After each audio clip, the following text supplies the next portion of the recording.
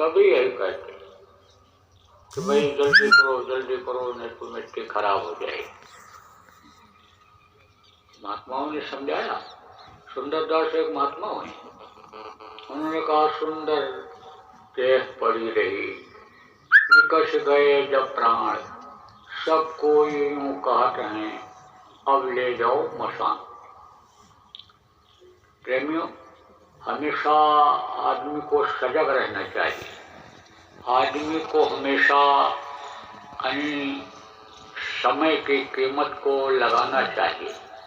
समय निकल जाने के बाद फिर समय वापस नहीं आता है।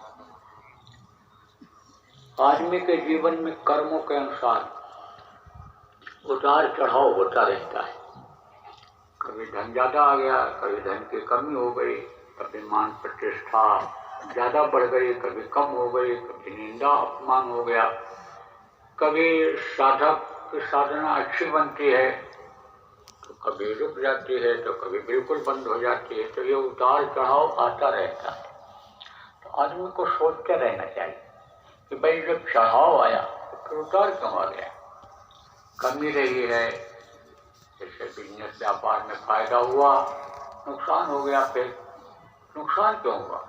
लोभ बढ़ा, लालच बढ़ा, इसकी वजह से हुआ कि अनुभवहीनता रही, तजुर्बा नहीं रहा कि जिससे यह काम कर लिया, बगैर सोचे समझे कर लिया कि जिससे नुकसान हो गया। इसी तरह से साधकों को भी, भक्तों को भी देखना चाहिए कि भक्ति में कमी आ कैसे रही, कहाँ से कमी आ रही है। जैसे आपके अंदर भक्ति नहीं होती गुरु के प्रति, आपके अंदर प्रेम न जगा होता गुरु के प्रति, तो आप यहाँ आते। लेकिन यह भाव बना रहे, यह भाव बना रह जाए। सत्संगों में आने के बाद यही प्रार्थना गुरु से करनी चाहिए कि आपके प्रेम में, आपकी बातों को सुनने के लिए, आपके आदेश के पालन करने के लिए जब हम यहाँ पर आए तो हमारा भाव इसी तरह का रहे कि जिससे भाव में कमी ना आवे, और जो हमको अंदर में दया, प्रेम और शांति मिल रही है आने से, सत्संग सुनने से, ध्यान भजन करने से, वो बराबर बनी रहे। आप लोग जब सत्संगों में आते हो, घर को छोड़ते हो, थोड़ा सा ध्यान उधर से हटाते हो, तो यहाँ एक नई स्फूर्ति, एक नई ताकत महसूस करते हो।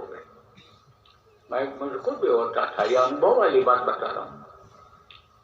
एक तो जो आदमी करता रहता है, जो आदमी देखता रहता है, उसी में उसका मन रमा रहता है, और उधर से जब हटता है, जिधर लगता है उसमें रमता है। तो अच्छी चीजों में मन जब लग जाता है तो मन बाधा नहीं डालता है अन्य कामों में, तो आनंद आता है। अन्य कामों की तरफ नहीं जाता, अन्य कामों में नहीं लगता है, तब आप ये समझो प्रेमियों कि आनंद आता है, मस्ती आती है। कहने का मतलब ये है कि समझने और सोचने की जरूरत होती है। तो आप लोगों के ऊपर दया हुई गुरु महाराज की, और आप लोग यहाँ पर आए कुछ सुनने के लिए, कुछ समझने के लिए, कुछ करने के लिए आप यहाँ पर आए हो। तो देखो प्रेमियों, हद में रहे सो मानवा और बेहद रहे सो साध, और हद बेहद दोनों जगह जाकर मता आगाज। हद किसको कहते हैं? सीमा में। जैसे घर की जमीन होती है, बगल में और दूसरे की जमीन रहती है, दूसरे का घर रहता है, तो हद रहता है कि यहाँ से हमारा है, यहाँ से इनका है। देश का बॉर्डर होता है, जिले का बॉर्डर होता है, सीमा होती है, गाँव की सीमा होती है। इसी तरह से जो ये सीमा होती है, जो ये बॉर्डर होता है, वो हद होता है।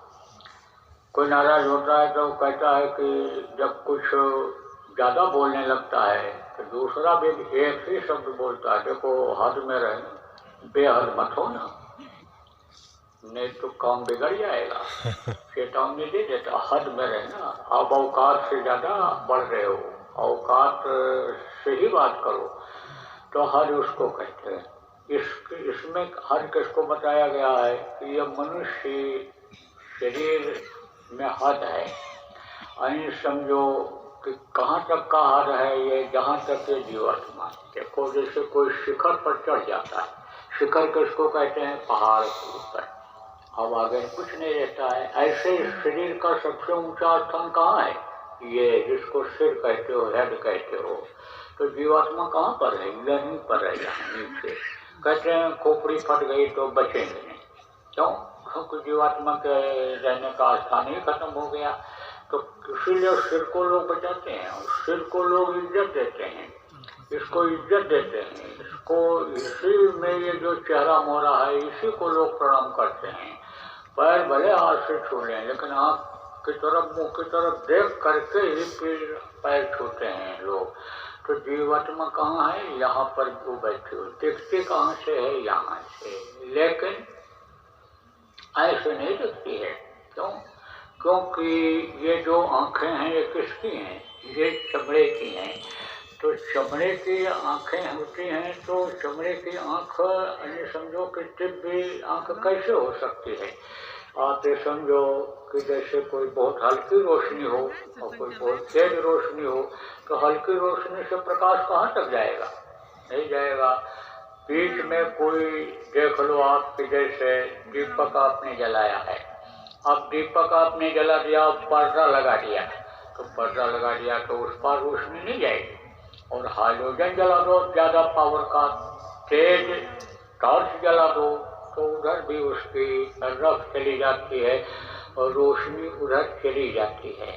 ऐसे ही ये चमड़ी है, ये यानी समझो यहाँ की चमड़ा जिसको कहते हैं, मांस जिसको कहते हैं, ये हड्डी जिसको कहते हैं, हड्डी जो ये है, ये बाधा डालती है। इन आँखों को भेद करके अंदर में उस जीवात्मा को देखा नहीं जा सकता है।